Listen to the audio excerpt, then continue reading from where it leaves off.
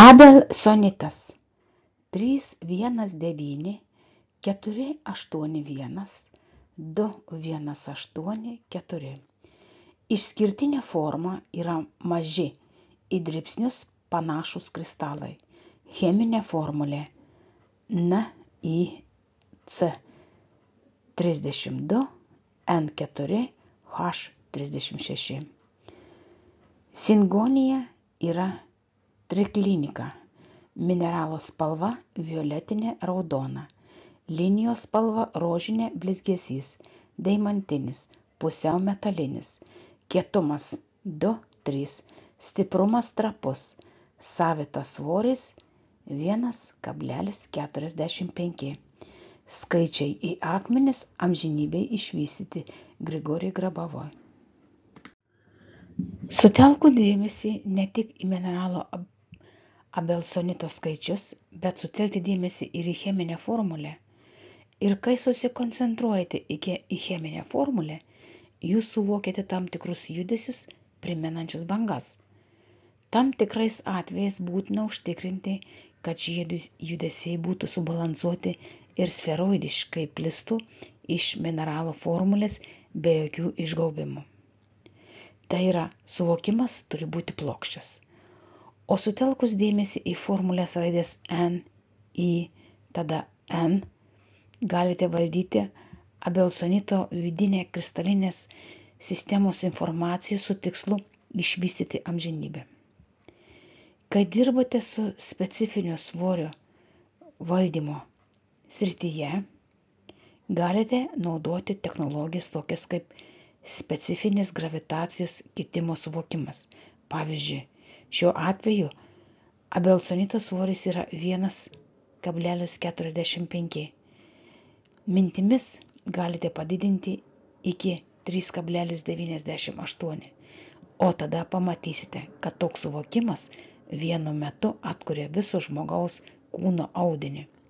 Darbas su tam tikro mineralo spalva yra toks, kad atsižvelgus į fizinę mineralo spalvą ir įsivaizdavus gelsvos, melsvos spalvos atspalvius virš purpurinės raudonos spalvos, galite matyti, kad tarp spalvų atspindinčių ant sienos tu gali matyti išplėstą valdymo sistemą ir tikras fizinio pasaulio spalvas, kurios leidžia daryti įtaką įvykiams, įskaičius ir asmeninį gyvenimą.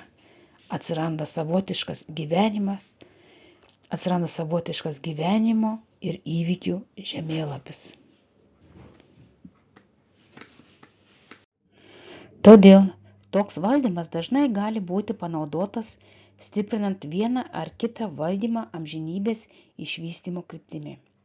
Čia galite detalizuoti, kaip ir bet kurioje atšiaurioje aplinkoje, bet kokį įvykį ir gauti konkretesnį, tikslesnį, aiškesnį, bet kokios gyvenimo situacijos valdymą amžinybės išvystymo kryptimi. Abelsonitas gali būti laikomas tokiu principu, kaip bet kokio veiksnio apibendrinimo principas. Pavyzdžiui, vertinant amžinąjį gyvenimą kaip nuolatinį žmogaus judėjimo fizinėme kūne veiksnį, kaip einant pėdos prisilietimas prie žemės, galima laikyti amžinybės išvystymo veiksniu. Amžiname vystyme žmogus juda amžinai, nuolat vaikšto ir bet kokiu paviršiumi. Ir tai įmanoma per pagrįstos kristalinės informacinės sistemos informaciją, kurioje yra suvokiama informacija apie mineralus. Įrašyti šią akimirką begaliniai ateičiai. Norėdami tai padaryti, galite apsvarstyti kristalinės sistemos informacijos spalvą einančią į begalybę. Ten per tam tikrą savo vaizduotės lygmenį ir užfiksuoti savo sąmonę. Matote, kad toks apibendrinimas leidžia iš tikrųjų kontroliuoti amžiną vystymąsi ir amžiną gyvenimą. Iš čia galime padaryti išvadą, kad jūsų mąstymo struktūros, kurios jūs patys kuriate amžinam gyvenimui, jos gali realizuoti tam tikrus amžino gyvenimo mechanizmus kristalinių sistemų informacijoje.